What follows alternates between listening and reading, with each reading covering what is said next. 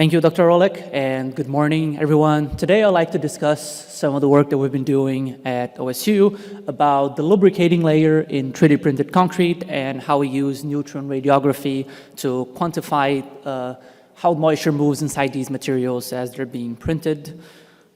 The motivation for the study is the presence of these heterogeneous interfacial regions in our 3D printed structures, where we have generally observed the presence of these different voids and channels that ultimately result in printed systems, often functioning as these layered structures where the interfaces have a higher porosity, a higher permeability, lower mechanical properties, and while quite a bit of work has been done in characterizing these regions, there's still ongoing work in understanding how they are being formed and whether we can do anything to control their properties.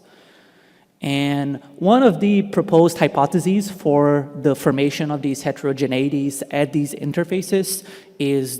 relates to the formation of a lubricating layer during the printing process. This lubricating layer is a water-rich layer that forms on the outside of the material as it's being extruded. And this is something that we have observed during both pumping and particularly for printing during extrusion. And the hypothesis states that if this water-rich layer is preserved as the material solidifies, then the outer region of the material, which would be at the interfaces, would have a locally higher water-to-binder ratio, which would correspond to these properties that we associate with the interfaces in terms of a higher porosity, lower mechanical properties, and etc. And the formation of this lubricating layer in our 3D printed materials is due to the combination of two factors. We have a dense solid suspension, considering that our materials are fluid, but they have a very high volume fraction of solids, and they are under high shear flow when they're being extruded. And here I'll use the aid of these diagrams, very nice, in this paper by Z and others that show this process. While the extrusion pressure causes a difference in the shear stress, that it's higher at the edges and zero at the center. And this differential shear means that the solid particles collide more at the edges of our extruder, of our nozzle, and as such, they are pushed towards the center. But that is counteracted by the fact that as the concentration of solids increases at the center, the viscosity of the material increases there, and there's a local viscous drag that pulls these solid particles back down. And the third aspect that creates this heterogeneous pattern as the material is being printed is simply what is called the wall effect, which is the fact that the particle packing at the very edge, right next to the pipe or to the extruder nozzle is lower just by the sheer size of these particles. And the wall effect means that even before extrusion, we have a little bit of a heterogeneity there. We have a thin layer with a higher water content at the edges, even before we start extruding. And finally, because all of these three processes happen from the outside to the center, they're all axisymmetric, the moisture profile, or kind of the composition of our material as it's being extruded, is characterized by these series of concentric rings, where on the outer edge we have the lubrication layer, and as we move towards the center, we reach an unyielded zone which flows like a plug inside the extruder. And when looking at the theory that tries to describe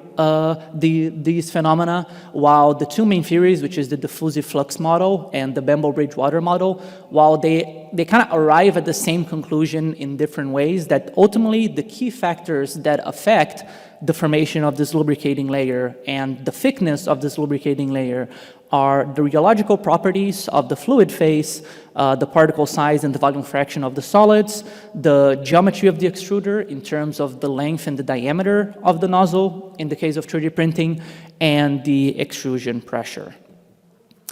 And with this background established, the main research question that we're trying to answer here is, does this flow-induced particle migration affect the heterogeneity of our printed structures, specifically in terms of having this lubrication layer being preserved as the material solidifies? And to answer this question, our main goals are to observe this redistribution of fluid as extrusion progresses, and to try to understand the roles of mixture design and the geometry of the extruder on the thickness of this lubricating layer. And our hypothesis is that we can achieve both of these goals using an imaging technique called Neutron radiography, which is very sensitive to water and allows us to identify water in cement-based materials with a high spatial and temporal resolution. And the process is described by that equation called the Beer-Lambert law, where the intensity of the pixels of our neutron radiographs, our neutron images,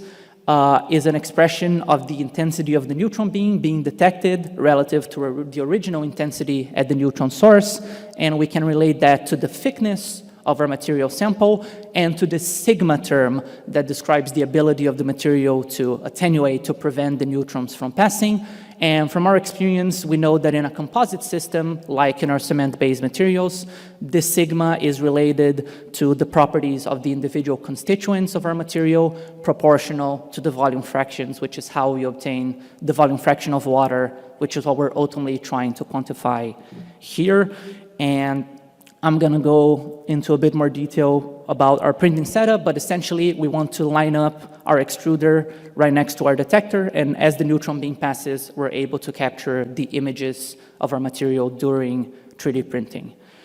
And on the left, here is an example neutron radiograph, neutron image, right during extrusion, and with the arrows you can see the plunger, where the barrel is, where the nozzle is, and in the center, just in comparison to the picture of our extrusion setup, while on the right I show you how it's lined up right next to our detector plate, where we can see the barrel, then the tapering to the nozzle, and even a bit of the material coming out, as you can see on the image on the left.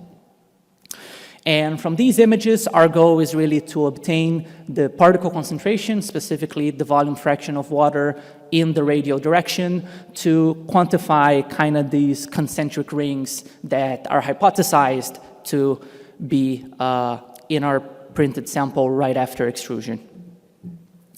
For our experimental methods, we made this custom setup for imaging that we attached to a commercial 3D printer. Our images capture the extrusion process at about every 5 seconds with a pixel size of 0.25 millimeters, where we keep the speed of the plunger constant at 0.3 millimeters per second. And on the right, I have a picture of one of our printability tests where we ensured that for all the mixtures that we used,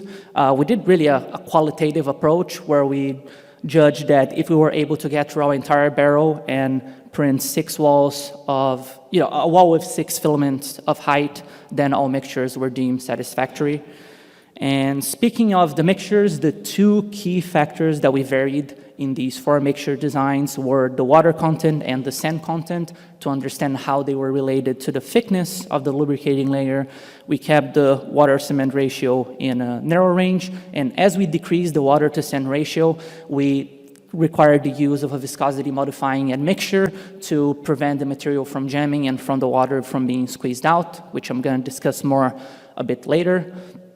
And we also wanted to assess the impact of the geometry of the extrusion setup in the formation of this lubricating layer. And in these 2 scenarios, when the nozzle is small and short, as you can see on the top, we have unfavorable conditions for the formation of this layer right after the material is deformed from the barrel, while on the bottom, where we have a large and long nozzle, we kind of have the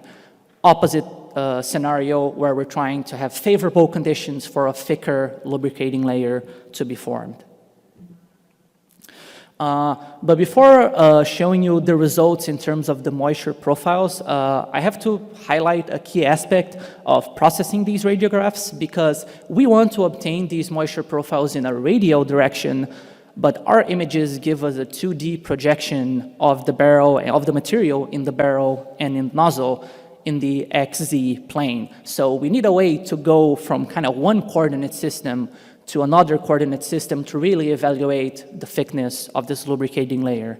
And this mismatch between what we have and what we want motivated us to develop a methodology where we can convert the data from these neutron radiographs of the cylindrical samples as they come out of the barrel and of the nozzle into water content profiles in the radial direction, which is what we need to evaluate the system. And Our hypothesis essentially boils down to reverse engineering the theory behind how these neutron images are generated, and then back calculate the distribution of water in these systems,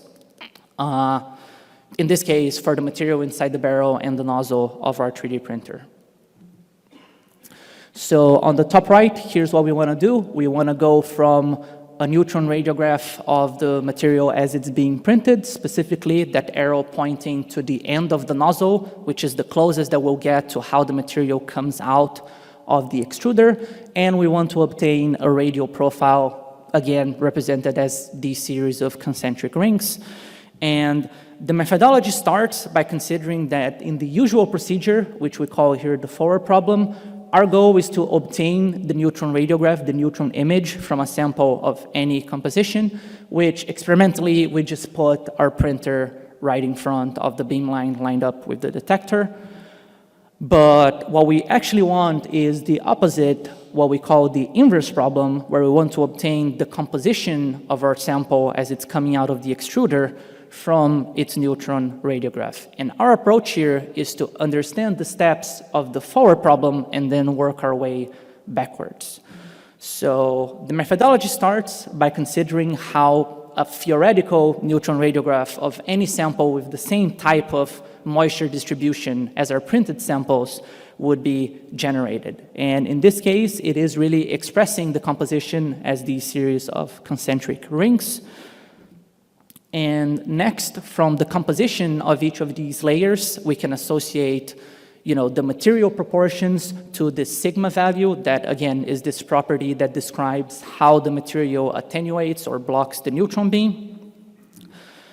We then consider that the thickness of the cylinder at each position parallel to the pixels of the detector is given by the series of vertical chords that I illustrated there.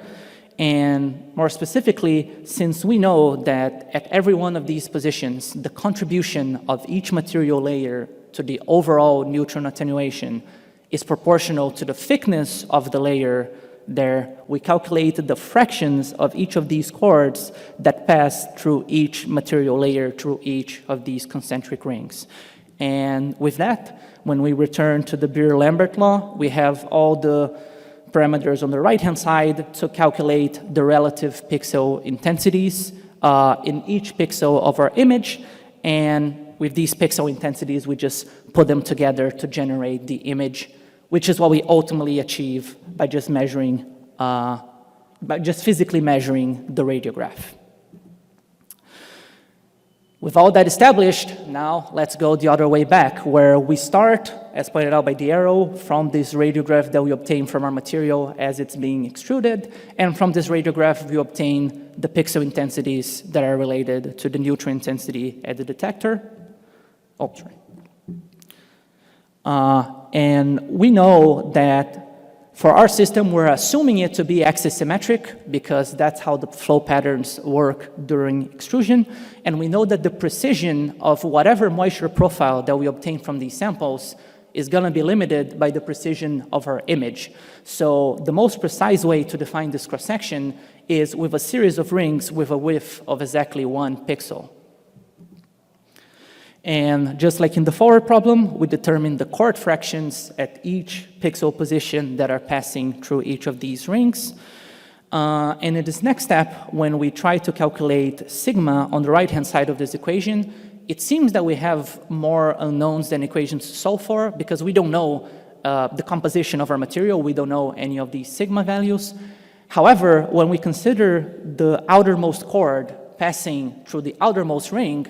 it only intersects 1 ring, and therefore we only have 1 unknown. And by calculating the sigma value of the outermost ring, we can move to the next neighbor, where the chord passing through that neighbor passes through that ring and the outermost ring, whose sigma value we just calculated. So by iteratively going from the outside to the inside, we can determine the sigma values associated with each of these rings.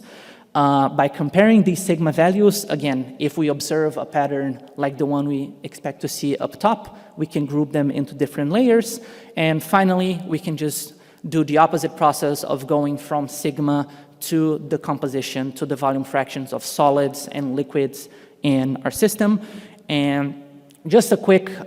detail on how we actually achieve this. Initially, when we tried to use our predictions to go from sigma to the composition, we saw some distortions in the predicted water content, even when the samples were homogeneous. And in order to correct for that, we used these homogeneous samples as references, as baseline references for our measurements for future time steps during printing. And through a series of validation experiments, we've found that to be very accurate. Now that we have a way to obtain these moisture profiles,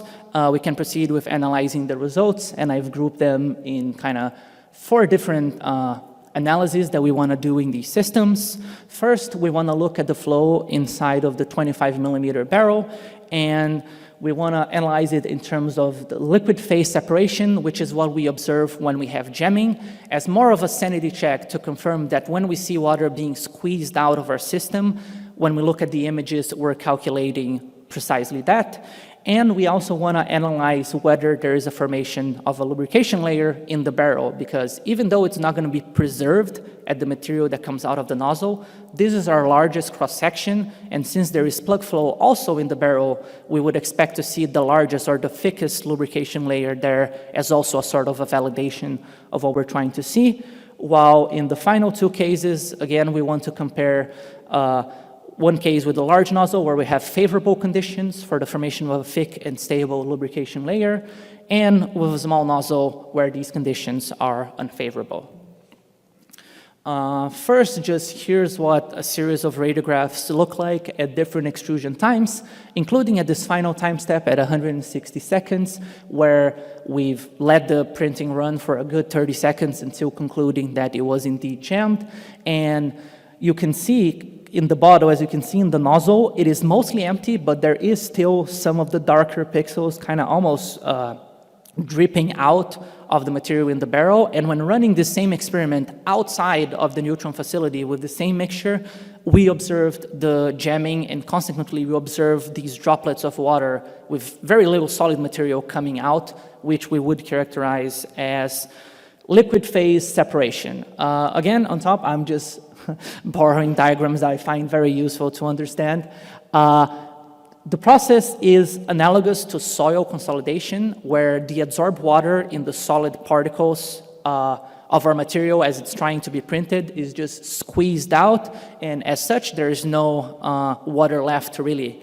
to act as a lubricating layer, and that's where we see jamming during our print.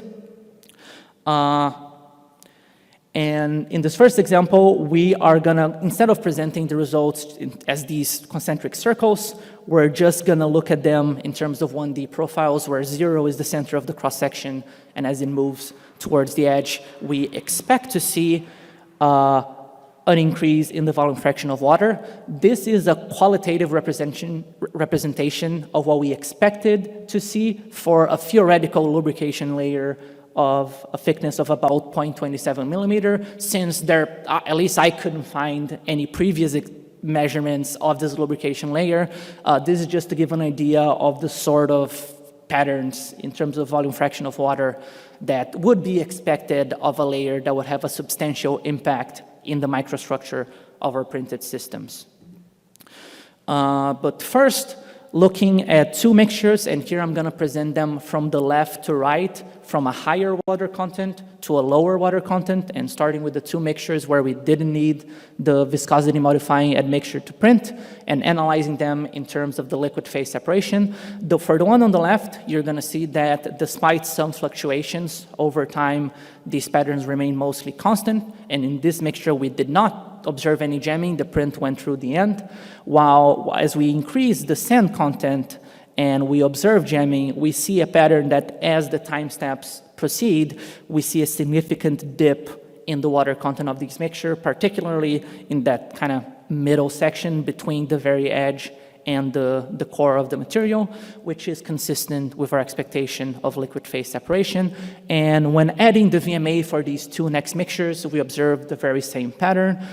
Even though there are fluctuations, when we don't have a jamming, our methodology predicts that these fluctuations stay a along the mean, while when there is jamming, our methodology is able to observe that the water content decreases as expected.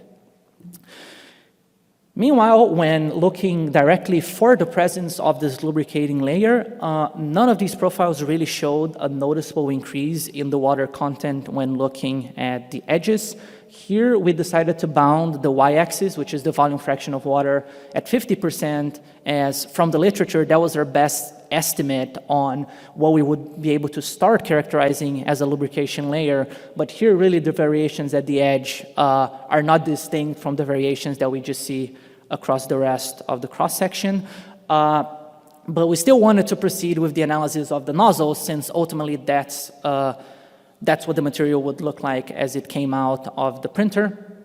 And again, just a comparison. On the left, you have the long nozzle configuration, while on the right, you have the short nozzle configuration at the beginning of print and after print has progressed to a steady state. And for the short nozzle, where the conditions are unfavorable for the formation of a lubrication layer, we indeed did not see any significant variations at the edges. At the initial time steps, we saw some variation from the blue baseline that you see at 0 seconds that we attributed to the high tapering angle from the barrel to the nozzle. So filling that nozzle at the early stages at the first 10-15 seconds was rather inconsistent. But at later stages, we did not see the spikes for the lubricating layer that we were looking for. And here we started to consider kind of an important detail for our 0-second baseline is that even when the material is homogeneous and we're not applying any pressure, we still have the wall effect having just a tiny bit, that very thin layer with a higher water content at the edges, even before the print starts. And our hypothesis that we wanted to confirm with the measurements with the large nozzle is that just the presence of this wall effect was sufficient to enable flow, and after printing started, we did not see the particle redistribution that we were expecting. And looking at the long nozzle, even though at some time steps we saw some odd fluctuations at the very edge, when comparing them, at later time steps, we again did not see any consistent pattern where we established an increase in the water content at the edge and it remained high, which we would have expected for a lubricating layer, which further corroborates our current understanding of this phenomenon in extrusion, in that there might be a lubrication layer, but it is at the edge of what we can detect with our current methods, and it's not as distinguishable from the wall effect that you have just by putting the fresh material into the barrel and the nozzle of the 3D printer. So these are the conclusions and some takeaways that I'd like you to take home with you today. We have tested the hypothesis that particle migration during extrusion-based 3D printing not only forms a water-rich lubrication layer, but this lubrication layer is thick that it could be realistically preserved on the printed filaments and therefore affect the heterogeneity that we observed at the interfaces of our printed materials. We have shown that Neutron radiography can be used to determine the moisture profiles of these cylindrical samples as they're flowing through the extruder. And we have been able to confirm that liquid phase separation can be observed